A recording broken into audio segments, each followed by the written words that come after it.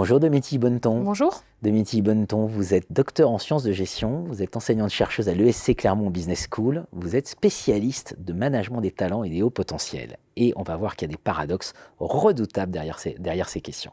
Alors première question, évidemment, la guerre des talents, c'est dans toutes les têtes aujourd'hui. Pourquoi ? Alors c'est vrai que ça fait plus de 20 ans déjà que le premier rapport de McKinsey est sorti sur la question de la guerre des talents. Et aujourd'hui, il y a encore de nombreux rapports, de nombreux sondages qui font état du fait que attirer et retenir les talents dans l'entreprise, ça reste une des premières priorités des dirigeants et des DRH dans les entreprises. Et c'est un sujet qui est assez sensible parce qu'en fait, il n'y a pas vraiment de consensus sur la définition de qu'est-ce que c'est que le talent ou de qui est un talent.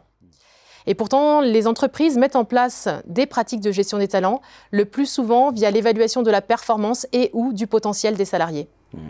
Donc, pas de consensus, dit quelques sujets de préoccupation. Premier paradoxe en matière de gestion des talents, inclusif versus exclusif. Tout le monde ne parle que d'inclusion. Gérer des talents, ça veut dire pratiquer de l'exclusion. Tout à fait, puisque la gestion des talents, ça repose sur la segmentation des salariés. On sélectionne une minorité de salariés qui vont faire partie des programmes de gestion des talents et qui vont représenter en quelque sorte une élite interne à l'entreprise. Et ces salariés font l'objet de pratiques RH différenciées, par exemple des formations spécifiques ou des modalités de rémunération spécifiques. Et il est vrai qu'aujourd'hui, il y a des enjeux de diversité importants dans les entreprises qui font qu'elles vont essayer d'aller vers davantage d'inclusion parmi leurs salariés. Et donc, on se retrouve avec un paradoxe, une tension entre le fait de nécessité d'aller vers de l'inclusion de tous les salariés et de l'autre côté, des entreprises qui mettent en place des pratiques exclusives de gestion des talents, mais qui ne le communiquent pas forcément de façon ouverte. Évidemment. Deuxième paradoxe, être désigné comme talent, bénédiction ou malédiction ? Alors, il est vrai qu'on peut penser que c'est très positif d'être désigné comme un talent. Effectivement, très souvent, la carrière des salariés identifiés est plus rapide, plus réussie, les rémunérations sont supérieures. Et pourtant, être désigné comme un talent, c'est aussi recevoir davantage de stress dans son quotidien.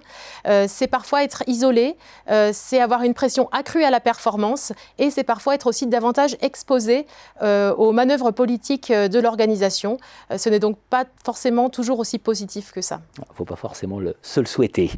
Troisième paradoxe, c'est un peu comme dans le football. Est-ce que c'est le joueur ou est-ce que c'est l'équipe qui fait le joueur ? Tout à fait, c'est vrai que les entreprises aiment mettre en avant l'importance du collectif en leur sein, l'importance de l'esprit d'équipe.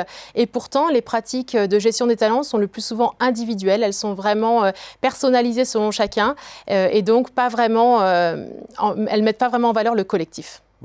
Trois paradoxes redoutables. Que nous dit le chercheur en gestion quant à la manière de gérer ces trois paradoxes ? Alors déjà, le fait d'être conscient du fait que les programmes de gestion des talents peuvent avoir des effets négatifs, c'est déjà quelque chose de très important.